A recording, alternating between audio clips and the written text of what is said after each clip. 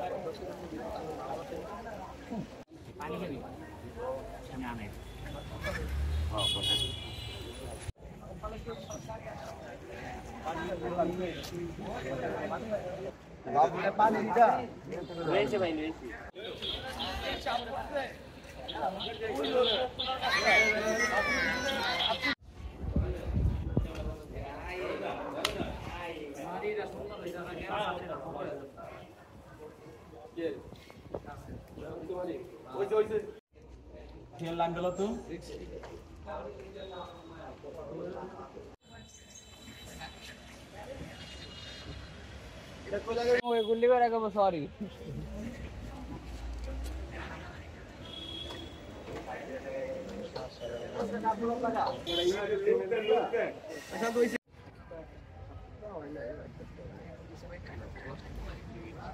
Video করতে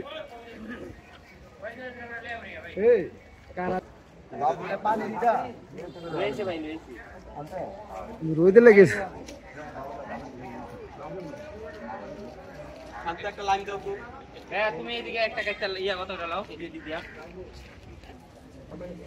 মাসুম ভাই,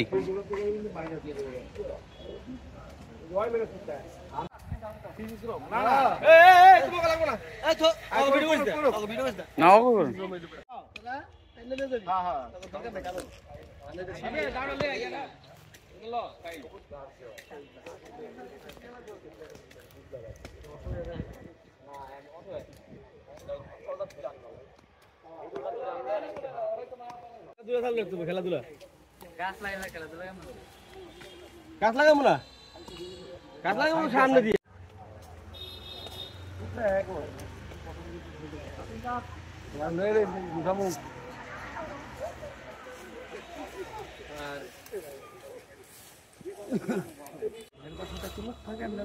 অনেক লোক দেখলাম আন্না উনি থাকে আওয়ামী লীগ দাদা দিচ্ছে।